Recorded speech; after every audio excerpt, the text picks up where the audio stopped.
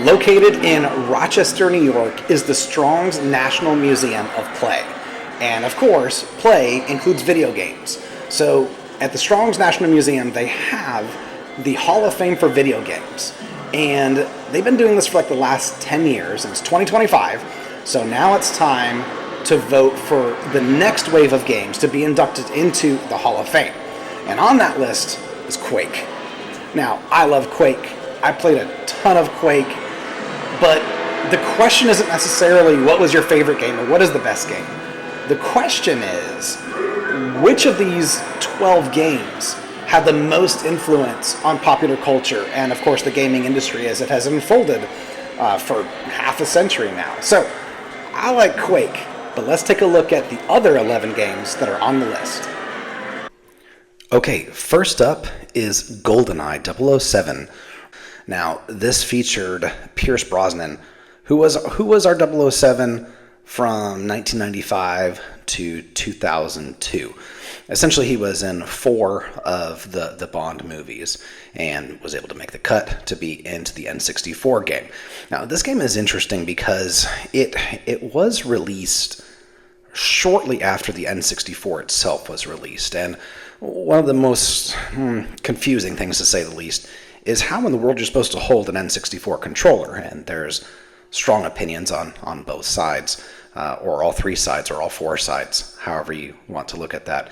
But end of the day, why this game is such a big deal and why it belongs in this list is it showed that the first-person shooter, which previously for the last 5-6 years was reserved only for keyboard and mouse, it showed that a first-person shooter was possible and enjoyable on a console.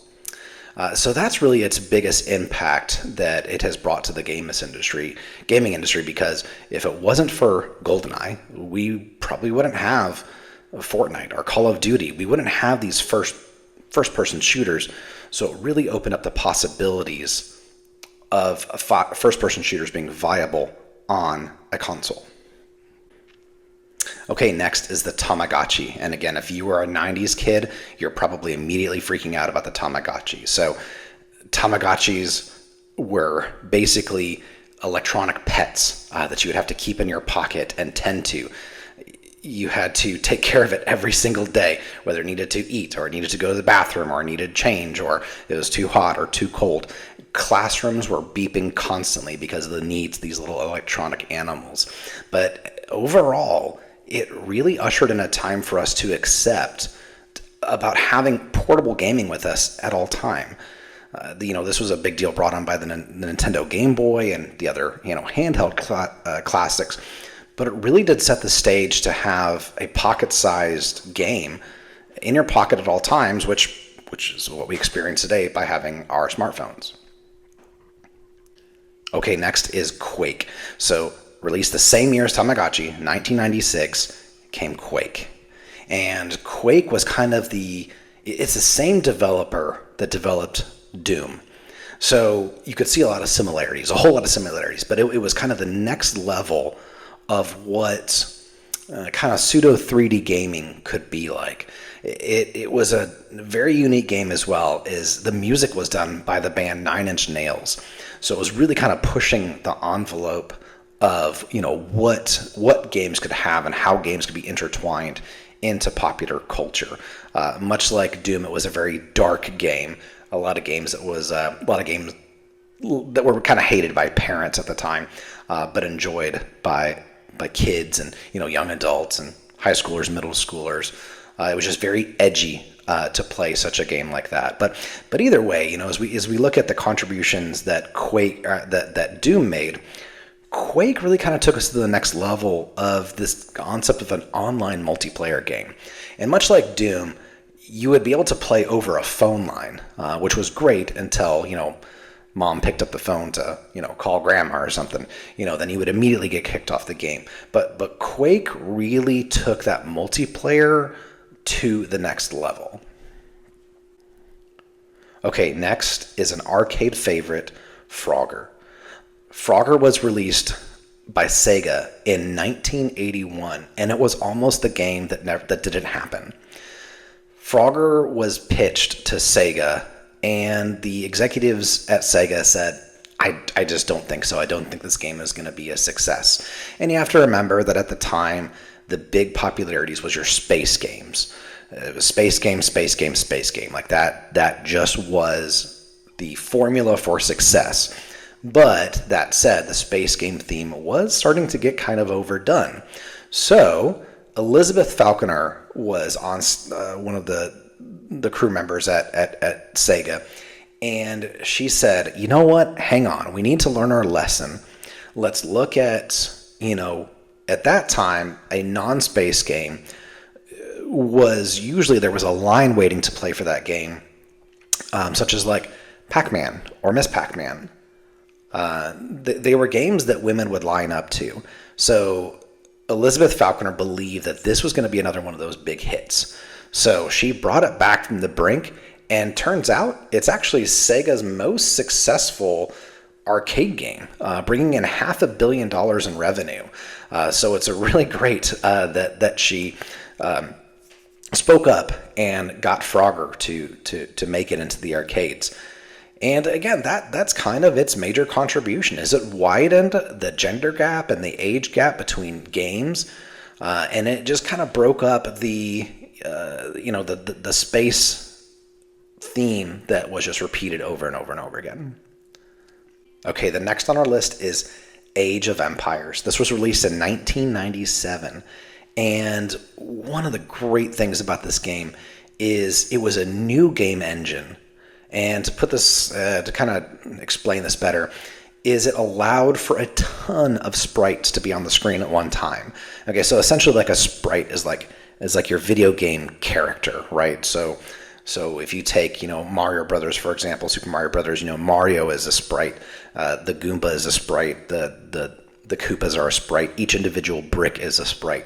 So it's kind of like the individual graphic components. But with this new engine, they were able to get an insane amount of sprites on the screen, and the computers could process it. So this is a great game. You had 12 civilizations to choose from, a huge impact on strategy games that were to come. And this set the stage for Warcraft, for StarCraft, for Civilization series, which now we're on Civilization 7, just got released. So this is definitely a trendsetter and definitely has set the stage for the gaming industry that we have today. The same year as Frogger, in 1981, came Defender. Now, Defender, again, was part of the noise. It was a space-themed game, which there was an overabundance of those. But here's a couple things that made this game unique. Defender was hard, and for the time, there was lots of buttons. So if you ever get a chance to look at the arcade game Defender, there's definitely more buttons and more controls on there than there is compared to the other space games. It's fairly difficult. Now, one unique thing as well is Defender was created by Williams. Now, Williams was a pinball company, which was extremely successful at the time, but they wanted to kind of dip their toe into the arcade world, and they did an amazing job with Defender. Now, the question here is, okay, great, Defender, right? Like, why would this game, affect popular culture, affect the gaming industry? And in reality, it's because of the side-scrolling shoot-'em-up concept. So if you think of like Pac-Man, it's just a screen. If you think of Asteroids, the game is always, or the monitor is always static, right? So Defender was, if not the first, one of the first games that had scrolling. And this scrolling would eventually lead to the game like Super Mario Brothers, where you walk left to right and you proceed through the world, through the creation, as you're, creating, battling enemies and working your way through a storyline. So Defender was really the first to do that. Okay, next is only one of 2 games of these 12 that was released in the 2000s, and that is Angry Birds.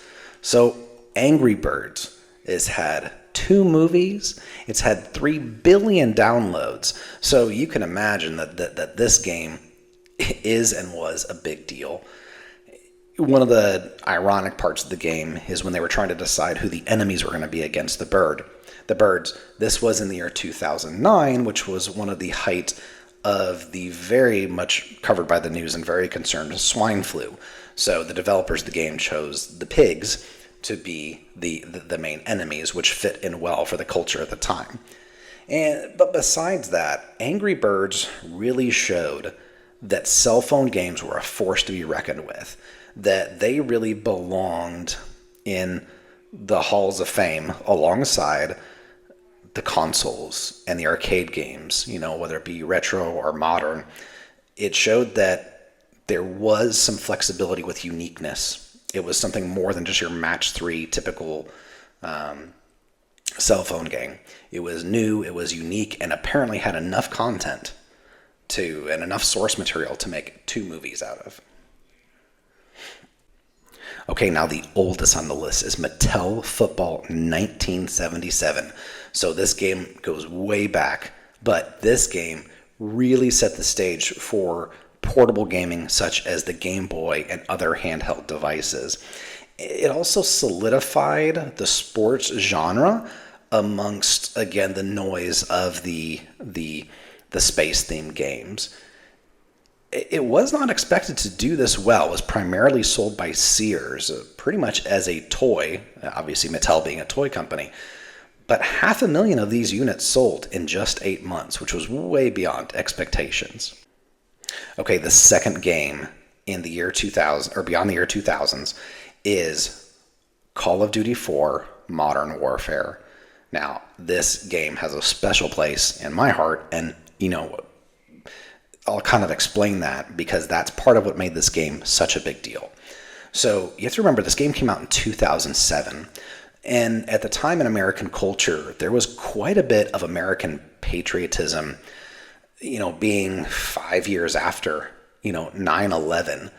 But it was, in the past, especially if you think of like Wolfenstein, it was always considered okay to shoot Nazis.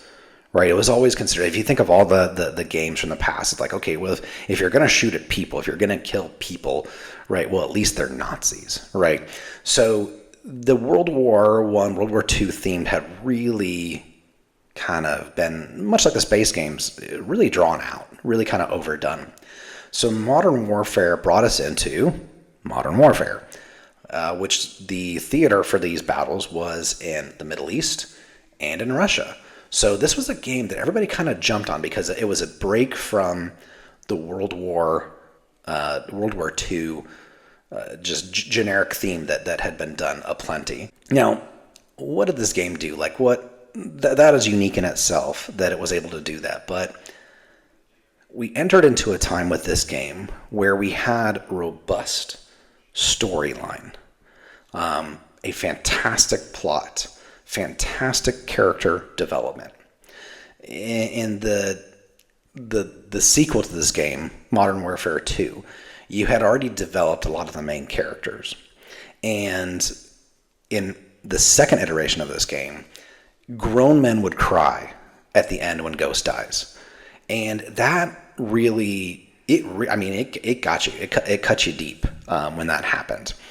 When my teenage son was playing this for the first time, and of course to him it's a retro game. He was actually, born in 2009, so he was born 2 years after this game came out.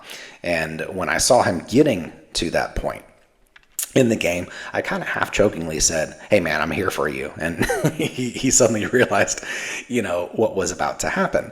But it had that kind of level of a movie that just really tugged at your heartstrings. And even though I'm primarily talking about Modern Warfare 2 here, a lot of these characters were beginning to be developed in Call of Duty 4 Modern Warfare 1. So the character development, the plot development, the dialogue far exceeded many of the movies at the time and still today. And if you can remember playing Modern Warfare 1, the one that's on this list here, is the moment you are in one of the missions towards the end, you are trying desperately to stop this missile launch. And when you see the nuclear missiles get launched, it's one of the the few times when playing a video games where you're just taken aback. It hits you in the gut. And you could really feel it. And again, it's hard for a game to do that, but when you have such amazing plot development and amazing character development, it's so easy to get deep into the game. Okay, now a very big change of games here. In 1989, we had the release of Golden Tee Golf. So yes, we've gone from Warfare to golf. And it was pretty easy for football games and baseball games to pretty easy make their way into the gaming market. But golf didn't get a ton of attention aside from the Nintendo Golf for the NES. But again, didn't get a ton of play. But this was a unique idea that somebody had, and they tested this out in 1989 in a bar. And the Golden Tee didn't even really have its own arcade cabinet. What you had to do is they would send you a kit. You just picked an arcade that wasn't getting a lot of play, and you can convert it to a Golden Tee with the rolling ball. And now we've got over 20 years of new additions now. So you've got, from 1989 until 2025, and these games are still, so roughly 30 years, so these games are still coming out, right? And here's what's wild too, and how it's really contributed to pop culture is in 1995, Golden Tee held its first tournament. And that tournament is still going on today. So 30 years later, and the tournament is still going on. And you can see Golden Tee at lots of bars and, a lot of sports bars and arcades. And you can compete with people from all around the world. And that tournament has been ongoing since 1995. So that's a pretty big impact. Okay, the next game on our list is Harvest Moon. So this was released for the Super Nintendo in 1996, but the game is, the Japanese name of this game has a little bit better context for it. So it's called Farm Story. And how this game really contributed is, again, it's like that space theme in the early 80s. Like, it was not sports. It was not an action game. It was a game that you would play to intentionally relax.